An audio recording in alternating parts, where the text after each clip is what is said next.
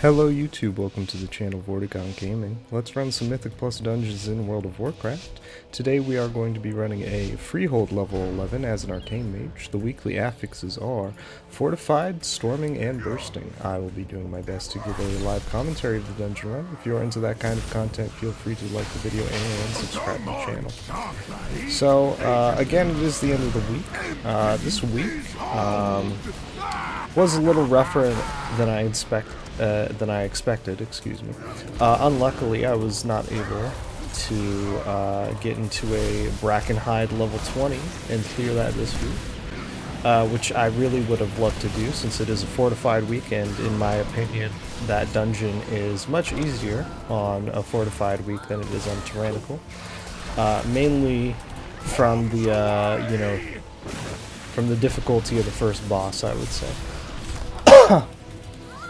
The good news is that I was able to actually clear almost every other dungeon on a plus 20 this week. I think the only two that I have left to do are Niltharis and Brackenhide Hollow, actually. As you can see from my Raider.io scorecard right there on the right hand side of that pop-up window. Anyway, since I'm pretty much done with the week and it is going to be reset in a few hours, I figured why not just do a quick run through Freehold, maybe even help some of the kind of lower level Mythic Plus dungeon runners with some content. Maybe even help some players who are, leveling up their alts. Maybe they're trying to hit some milestone on their alts this season. Anyway, this dungeon shouldn't be too hard, especially not at this level. As long as you do the mechanics properly and don't die, you should be smooth sailing. Get it? Since we are in Freehold and a bunch of pirates are here. I'll stop. Alright. Oh, it looks like this guy's still in the back right here.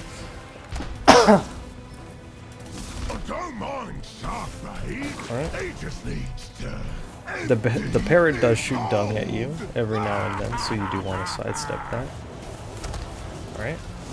Now in Fortified Week, this pull could be a little bit rough since there are two Irontide Enforcers. You don't want to be casting while they're doing, I think, Shattering Bellow, and of course dodge the frontal cone that they cast. I think that's called Brutal Backhand or something like that. On higher difficulties, we normally use Hero on the first pull of the dungeon in my experience, but since we have not done that, we can actually pop Hero on this boss fight. I don't know if they'd want to do that, since we won't have it up for, the second boss fight, but you know what, I'll be, actually, you know what, I'll ask them in chat. Don't think it would hurt to do so. Even if we don't use it, it's not that big of a deal. This boss should be fairly easy to get through.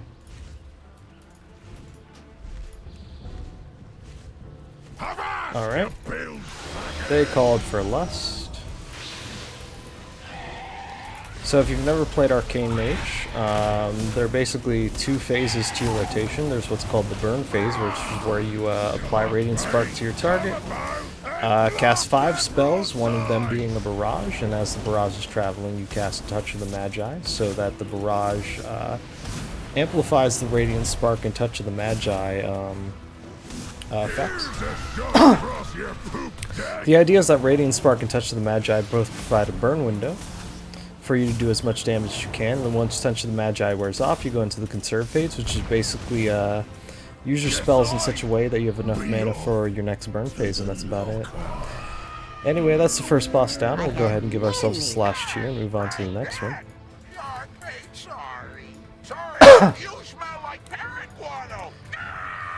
Oh. Okay, I think the rogue was out looking that we would do a skip here, but looks like we aren't going to do that. That's alright. Also, the other thing about rotations is that, if you're new to a class or you're trying to, learn how to play a certain spec, you don't really need to know or be good at your rotation until you get to maybe, like, plus 20s. Just make sure you just don't die to, like, dumb stuff.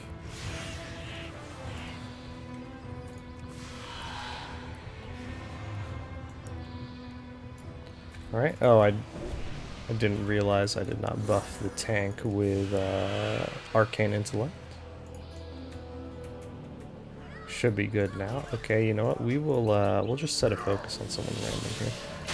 I don't think there's anyone particular in this pack that we need to worry about, except for maybe the ones that cast the Sea Sprout, which are the Iron-Tide Oarsmen. You only need to sidestep the swirlies from those. Oh, okay. Oh, I maybe could have saved the shaman there. Okay, so it doesn't look like he used the whatchamacallit. That one res thing the shaman has. Oh, okay. I may have been in the way of something there. Oh, I'm... okay. We almost pulled a patrol there. I think we should be fine though. Shaman's back. Let's go ahead and give him Arcane Intellect. We'll go ahead and dodge the Sea Sprouts.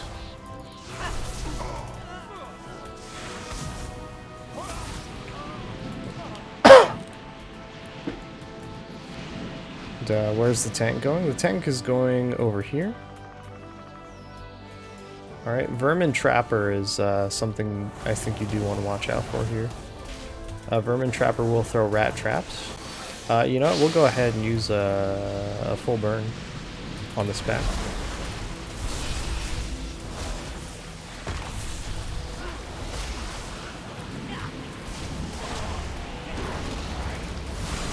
Alright.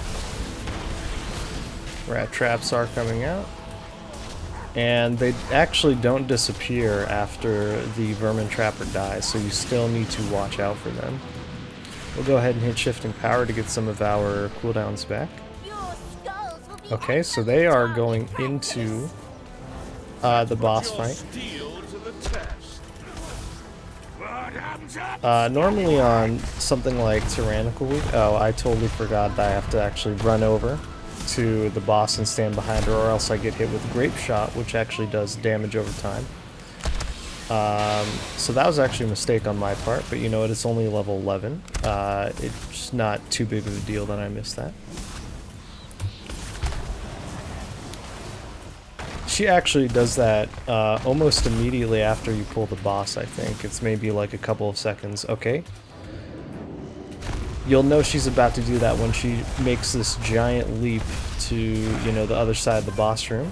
And then you want to run over there and kind of stand behind her so you don't get hit by that, that frontal of hers. Anyway, Captain Eudora is about to go down. We'll go ahead and switch our focus over to Captain Raoul. Another thing that's common is for groups to actually pull ads on top of the boss, especially on higher levels. But this is a common place. Freehold is a common place where this happens. You may also see something like this happen on the next boss, Boss 3. Since there is actually a lot of roleplay on Boss 3. And killing ads is a nice way to also kill time in between the bosses on Boss 3, because Boss 3 is actually like 3 bosses in one, technically. Well, actually, it's 2 bosses and a pig, I should say. A greased up pig, that is. Anyway, that's the Tooth boss down. We'll go ahead and give ourselves a slash cheer. And move on to the next part of the dungeon.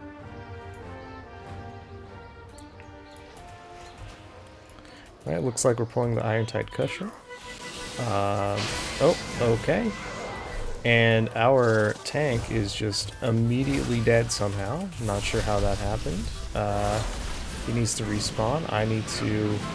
I'll go and Viz, wait for him to pick the group back up. Okay, and he did not pick the group back up. So we'll just reset. Luckily, the spawn point is actually right here in the Tooth boss room.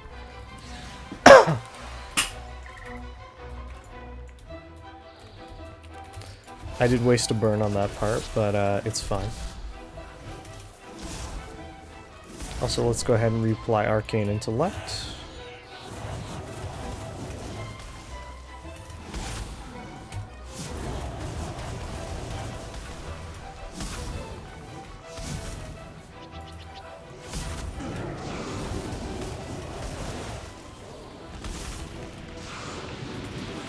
Dodge the swirly. Alright, this time we do have our cooldowns back. So we'll go ahead and actually blow them on this pack right here. Oh, okay.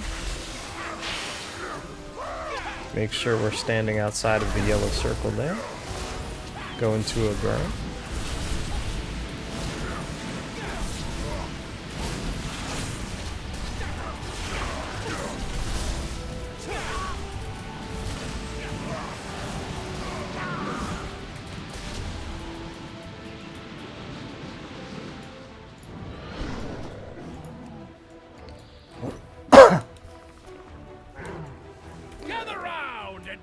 I also forgot to hit shifting power to get some of my cooldowns back.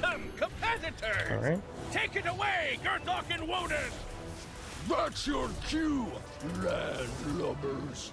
We could maybe pull a few more packs right here, but you know, I think this will be fine. Say the things! Ouch! Okay, okay. Gather round for a show of unbridled ferocity.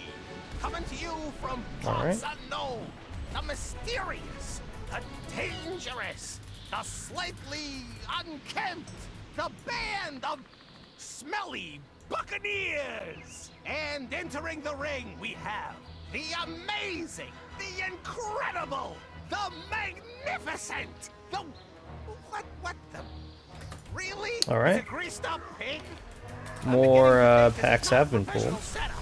Oh, well, grab the pig as you will. You know, we'll use a full burn. Full burn actually also consists of using Arcane Surge. Arcane Surge is a pretty great ability. It has mana regen.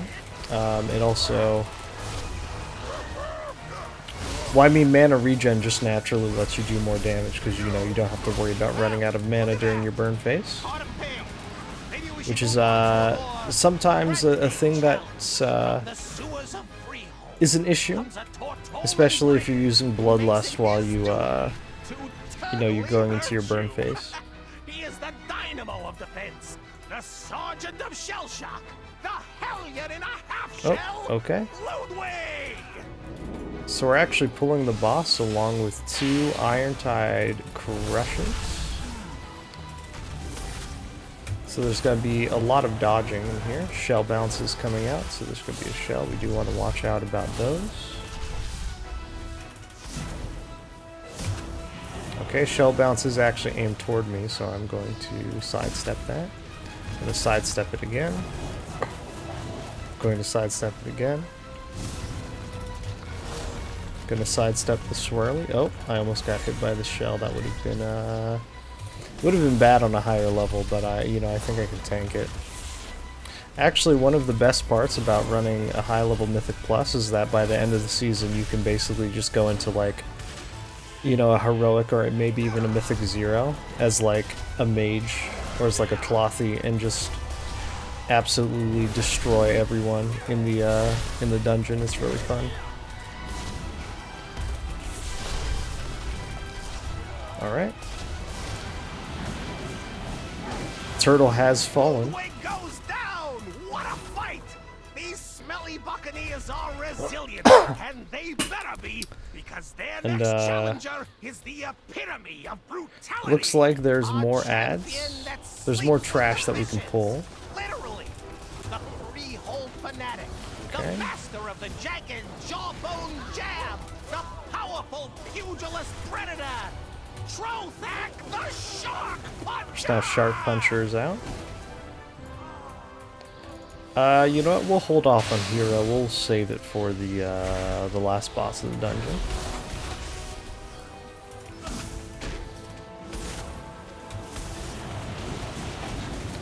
So in this dungeon, actually, I think you'd want to mostly be standing near these blood pools so that if a shark jumps on you,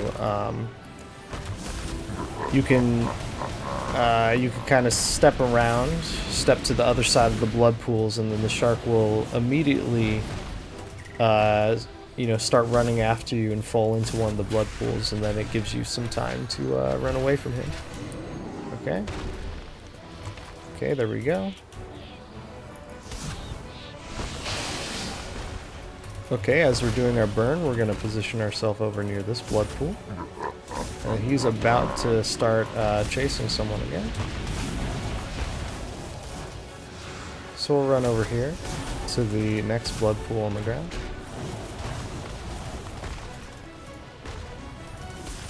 Alright. And this should about do it for boss number 3 here in Freehold. We'll go ahead and give ourselves a slash cheer and move on to the last part of the dungeon. Many deals for a friend of the Grumble, like you. Do we still need percent after this? I feel like we do. We also didn't come this way, which I feel like this is the typical route that you would go through if you were to run this dungeon. Although this dungeon allows for, you know, a bit of variety in the type of routing that you do with it as a tank.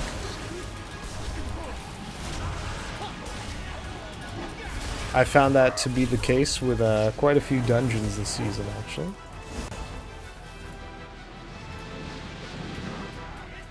So if you are playing a DPS,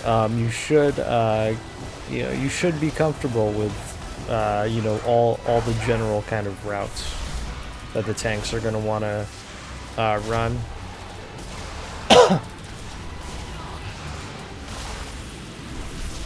Right, you know what? I think we can do a, you know what, we'll save the rogue really quick. With our mass barrier. Typically I would save that for a, you know, maybe a boss mechanic or a trash mechanic that I know will cause massive group-wide damage, so I can, you know, sustain the group through it. Oh, are we, okay, we're going to pull this. I thought maybe we might have skipped it, but I guess not. Oh. One thing you do want to watch out for is these, I think it's the harpooners that pull you in with the chains. They might pull you into that yellow circle, and that would not be good. Oh, okay. Stay out of that. You can actually, I think, stun him, yeah, with Dragon's Breath.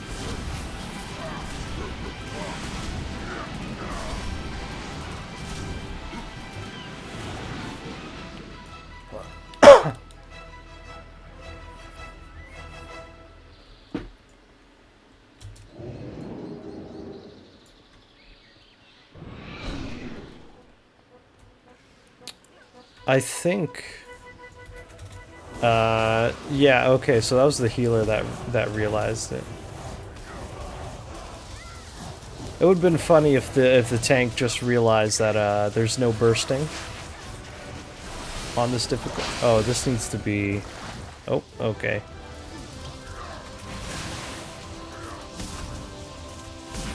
Almost died from that Iron Toward Stormcaller.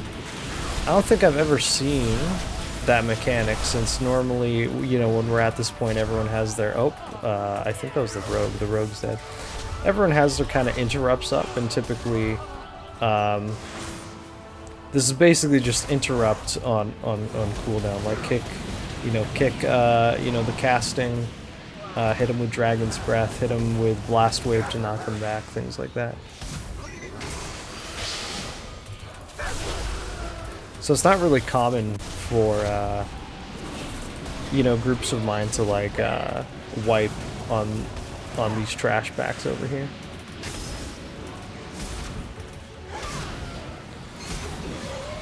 Really, the only trash pack I'm scared of here, and I don't know if this is like, you know, if anyone else agrees with this, but this pull right here that we're doing, that the healer just died to, even. Pretty much the only trash pack in this section that I'm, you know, mildly worried about. Tank is about to die, though. I think we're gonna have to, you know what, we'll go ahead and hit Invis. We'll reset the pull. There was no way I was going to salvage that. Typically in a situation like that where you know, all the ads are at like low health, you know, I wouldn't just hit Invis and reset everything. I would maybe try to kite them back all the way to the tank, and as the tank runs up and re-aggroes them, then I would go, oh, okay, I guess my pathing is just bad.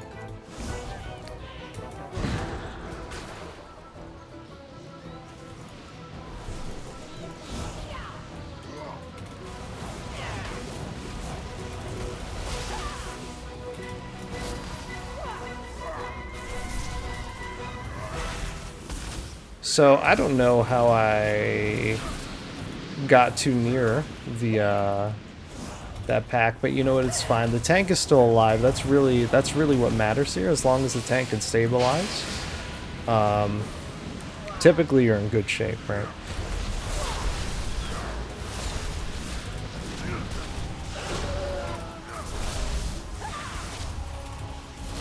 All right.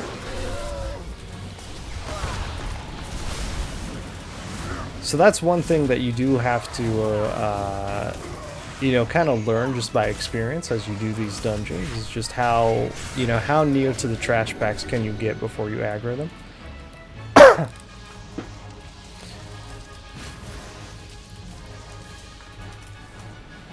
Oh, okay. My camera is stuck on the whatchamacallit, the cannon there. And you know what? We still have 7.5 minutes to finish the dungeon, so I'm not too worried about this. Alright, we'll go ahead and hero on pull. Oh, my Arcane Surge is not actually ready. Maybe I shouldn't have done that. You know what? It's fine. So this is one thing I'm talking about. You'll notice that we used hero, and we didn't have Arcane Surge on cooldown, and so we didn't have the mana regeneration. Now I'm kind of low on mana. Luckily, I do have Evocation that I can use to get pretty much all my mana back. Okay, we'll even use Shifting Power to get some of our cooldowns back as well. Even go to another burn before hero's over. And typically you want to use Evocation after going into a burn phase that doesn't involve Arcane Surge, so that way you can manage your mana better.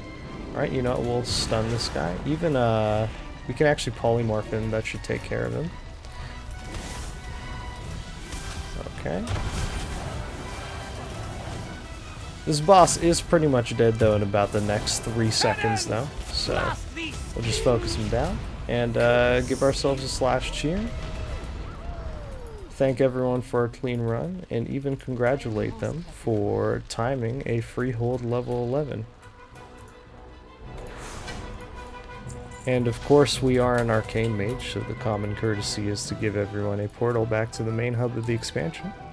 And that's going to about do it here for this video. So if you like what you saw here, feel free to like the video and subscribe to the channel. If you want to see me run any other dungeons during Dragonflight Mythic Plus Season 2, let me know in a comment down below which dungeon you'd like to see me run. Hopefully I can get around to posting a VOD of that. Anyway, that's going to about do it for me here, so I hope you all had fun watching, and I will see you all later.